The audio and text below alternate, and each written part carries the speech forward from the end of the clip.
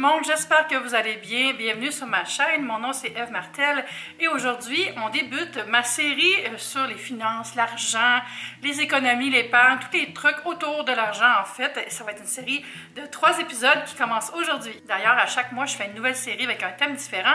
Si ça vous tente de me suggérer un thème pour le mois de mars, laissez un commentaire avec votre idée. Aujourd'hui, j'ai partagé avec vous des réflexes inattendus pour économiser, épargner de l'argent, avoir moins de dépenses, garder nos sous dans notre poche un peu plus longtemps. On sait que c'est quand même difficile de faire un budget, économiser, garder des sous pour nos projets, tout ça.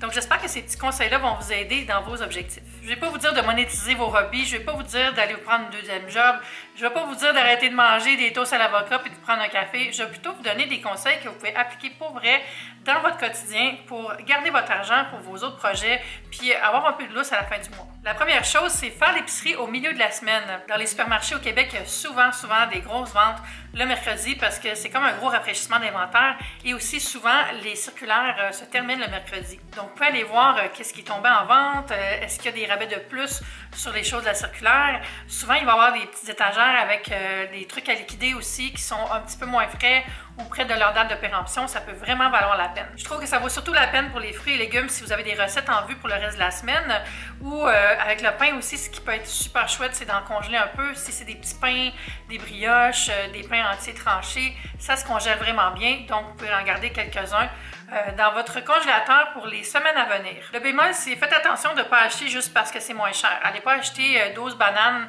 qui sont sur le bord d'être trop mûres, à moins que vous vouliez faire des muffins aux bananes puis du pain aux bananes dans les prochains jours. Même chose pour le conseil de congeler certains aliments. Faites attention non plus de ne pas juste remplir votre congélateur de au cas où. Allez-y selon vos vrais besoins, selon vos vraies habitudes d'achat. Mon deuxième truc, c'est un que j'utilise depuis 15 ans maintenant, c'est de se créer un groupe de voisins ou de se joindre à un groupe qui existe déjà. Ça peut être un groupe de quartier qui existe déjà, comme ici, il y a un groupe qui s'appelle Hochelaga Mon Quartier. J'aime beaucoup le nom.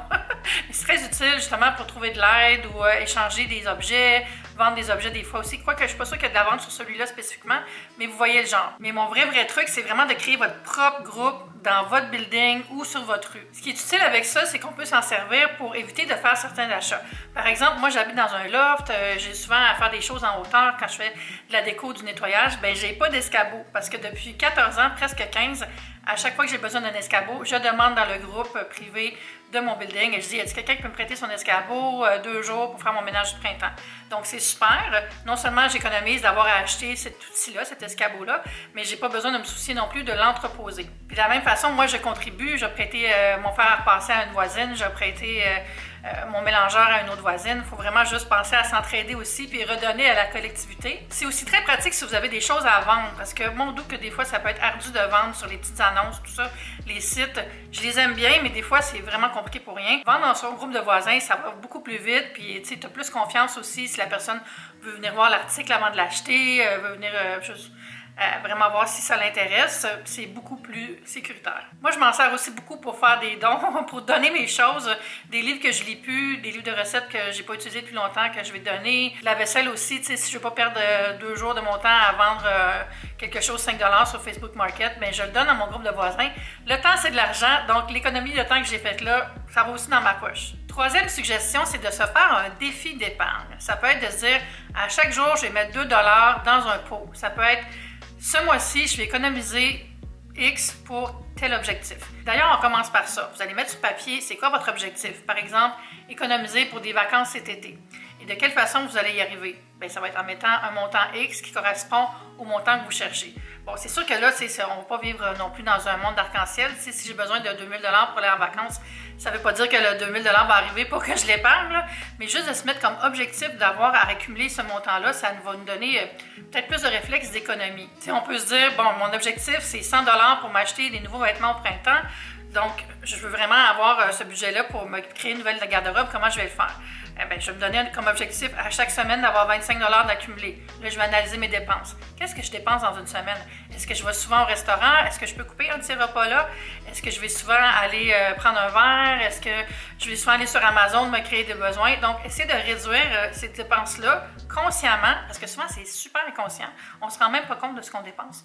Puis à ce moment-là, on va pas rediriger ces fonds-là vers notre projet d'épargne. Ce qui aide beaucoup dans cet objectif-là aussi, c'est de se faire un journal de dépenses pendant quelques semaines pour vraiment voir où vont notre argent, où va notre argent, puis de voir est-ce que c'est vrai que c'est pas si pire, je dépense pas trop au café du coin ou j'y vais 2 fois par jour. Des fois, on s'en rend même pas compte. La 4e chose, toujours mettre la moitié de l'argent de côté quand on a une retombée d'argent inattendue. Ça peut être la loterie, ça peut être avoir trouvé de l'argent par terre, ça peut être un bonus au travail, ça peut être qu'on a fait plus d'heures cette semaine-là dans notre chiffre. Donc, si vous avez une entrée d'argent qui est supplémentaire à votre budget habituel, mettez-en au moins la moitié dans l'épargne. Je sais que la tentation est grande de tout flamber le bonus, comme on dit, mais vous le méritez, oui, vous méritez de payer une petite traite, mais gardez-en au moins la moitié parce que vous méritez aussi d'avoir de l'argent de côté pour vos projets. Moi, c'est une habitude que j'ai prise parce que j'allais au bingo avec ma grand-mère quand j'étais jeune. Donc, à chaque fois que je gagnais quelque chose, c'était jamais des gros montants, là, mais j'en mettais toujours la moitié dans une petite enveloppe que je gardais justement pour mes vacances ou pour acheter des vêtements d'été. C'est vraiment une question de se reprogrammer cette approche-là parce qu'on a tellement souvent le réflexe de se dire c'est de l'argent gratuit, c'est de l'argent que j'avais pas prévu, fait que c'est comme si c'est de l'argent qui n'existe pas pour d'autres choses que me faire plaisir. Mais non, c'est vraiment de l'argent justement qui peut donner un sérieux coup de pouce des fois pour finir de payer une carte de crédit ou mettre un peu de côté pour l'équipement sportif des enfants, payer un camp de vacances. Donc pensez-y avant de dépenser cet argent qui tombe du ciel, pensez aussi à mettre les pieds sur terre. 5e truc, c'est de vendre sur les apps. Ça, je peux pas passer à côté. Bon, tout le monde sait que Facebook Market existe. J'en ai parlé un petit peu tantôt en parlant que moi, je préfère vendre à mes voisins, mais ça reste que Facebook Market, les autres apps de revente, c'est un excellent moyen de faire de la place chez nous, de récupérer un peu d'argent sur des choses qu'on n'utilise plus, puis vraiment d'apprécier aussi la valeur de ce qu'on a acheté, puis de moins dépenser par la suite. Parce que rien qui dit, maudit, il faut que je réapprenne à contrôler mes dépenses, que de réaliser que tu as autant de linge, que tu as bien plus de jeux de société que d'amis, que tu as vraiment accumulé pour rien, là. Donc juste de devoir revendre des choses, faire un petit inventaire, voir qu'est-ce qui nous est utile ou pas, ça peut nous faire faire aussi quelques constatations sur nos habitudes d'achat. Je vous suggère de faire un pièce par pièce, faites le tour de ce que vous avez chez vous et qui est vraiment utile. Tu sais, un soir, vous êtes dans le salon, vous regardez des séries, checkez qu'est-ce qu'il y a autour de vous. Est-ce qu'il y a des bibelots que vous n'utilisez plus, un plat de service, des housses de coussins qui sont encore fraîches mais que vous ne mettez plus, vous pourriez les laver, les repasser, les revendre.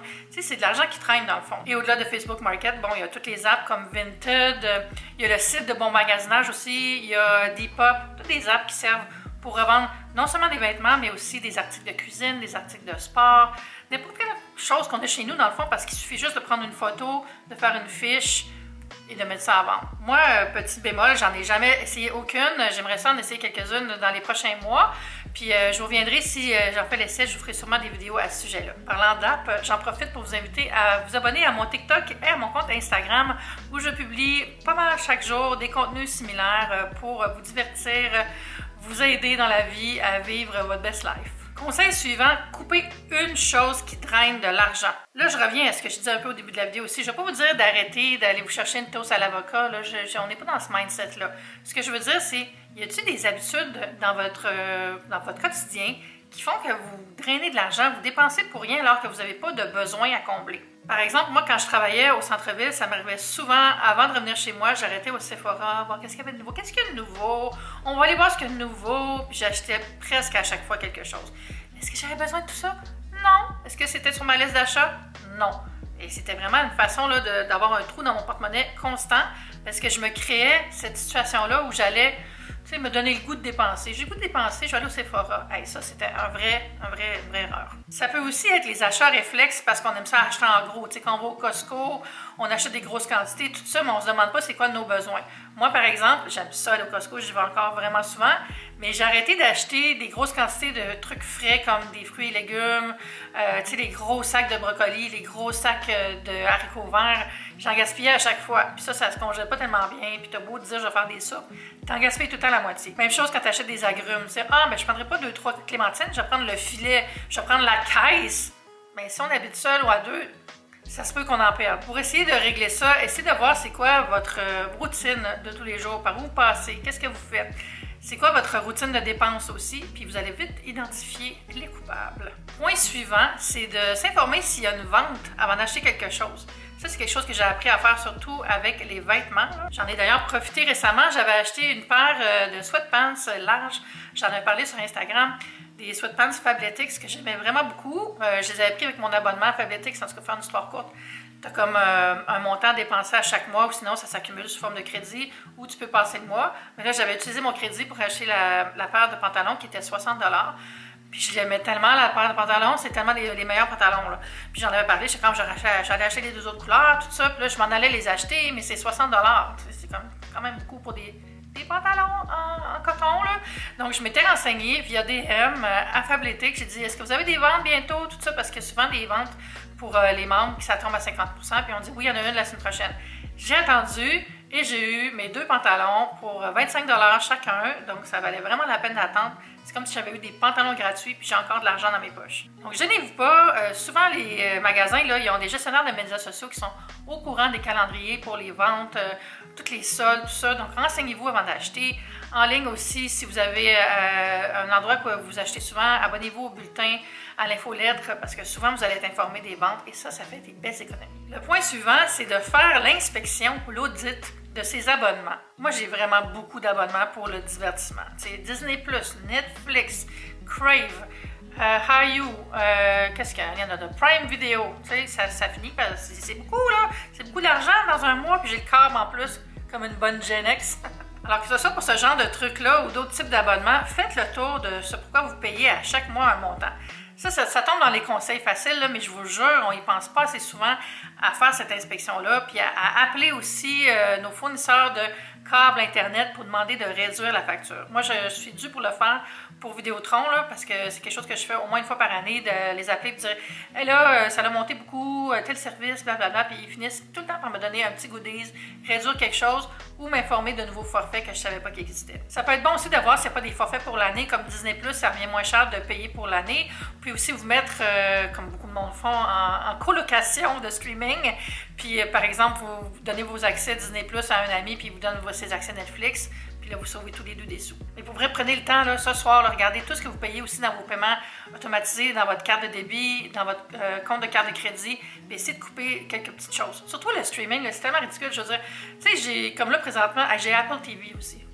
Comme j'ai trop d'affaires. Donc là, je me suis dit, je vais faire la liste de ce que je veux écouter dans le prochain mois sur tous mes services de streaming, puis peut-être enfermer une couple de mois, le temps que je passe à travers ma banque de séries puis de films. Le point suivant, c'est de se faire un défi sans dépense. Là, ça revient un peu à l'idée que j'avais tantôt de se faire un défi d'épargne, mais là, je vois ça comme plus le jeûne de la dépense. On va se dire, pendant 24 heures, pendant 48 heures, je ne vais rien dépenser. On va passer 1 ou 2 journées sans sortir sa carte de crédit ou sa carte de débit. Là. Je ne compte pas les frais fixes, payer son condo, payer l'épicerie, mais tu sais, de se faire vraiment un jeûne de dépenses, de prendre le temps d'apprécier ce qu'on a, de moins aller dans le réflexe de tout le temps aller acheter pour régler un problème ou pour se faire du bien, là, de voir quasiment le magasinage comme une thérapie. Là.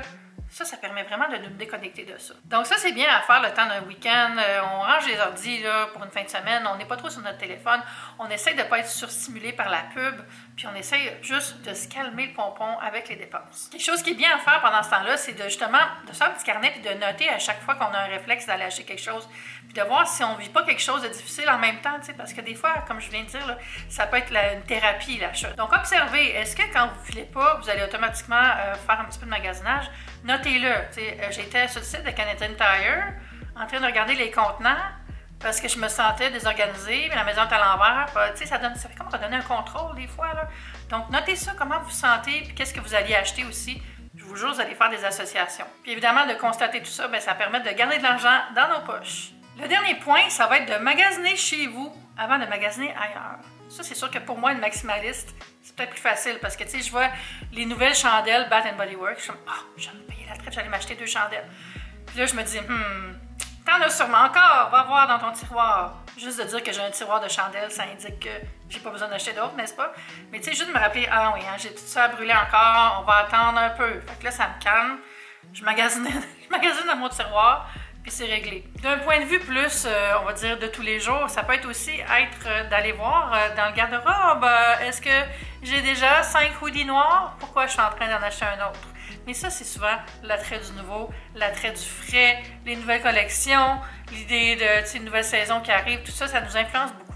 Mais d'aller magasiner dans nos affaires avant de faire le geste d'achat, ça peut nous faire économiser beaucoup d'argent. Voilà, c'était mes conseils. J'espère que vous avez aimé la vidéo. Il va y avoir 2 autres vidéos dans la même série et j'espère que vous allez les regarder aussi. Pour ne pas les manquer, vous pouvez vous abonner et activer les petites notifications, la petite cloche. Là.